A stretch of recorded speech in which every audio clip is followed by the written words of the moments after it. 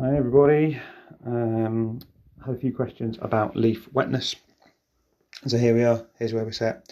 Leaf wetness, very difficult metric to model. It's based on humidity, day temperature, night temperature, wind speeds, day length. There's a whole load of variables in there that could go wrong. On the back of that, looking forward, I have been watching this quite a lot from my location, and what I've learned is not to trust too much the forecast. It seems to do a pretty good job of picking out rain, so it's doing that, but I don't trust it too much going forward. However, the historic is pretty useful. Now, it's not a perfect number by any means, but it gives me a pretty useful indication of what's been going on, because we easily forget.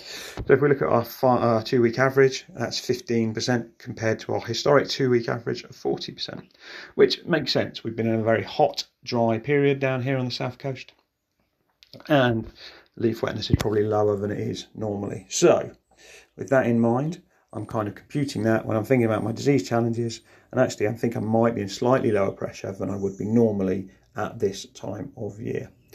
Now, it's not going to work for everybody. I've seen some of the coastal locations probably struggle with this more. If it doesn't work for you, go to the edit dashboard, get rid of it, so the cross, and don't let it confuse your picture.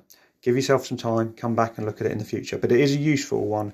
So if you're kind of thinking about, right, what do I need to do? Okay, my dollar spot pressure is up because the humidity's been there, the temperature's been there. What else do I need to know? Let's have a little think about anthracnose. Oh yeah, we had some really high anthracnose pressure back end of last week in that real heat. Dropping off going forward. And microdochium pressure. Okay, so that's looking low currently. So you can kind of take all of that into account. Look at your leaf wetness, that's all part of the picture, and use it to build a picture for you on your site. It's not perfect, but it's getting better. Now, what I do want, we've had lots of really nice feedback in the feedback forums. Thank you to all of you for that. But you've all been too nice. I'd really like some negatives, please. Let me know what models aren't working for you, because that will enable us to invest in those more as we go forward. Hope that helps. We'll be doing loads more of these updates as we go, and I hope to catch up with you all soon.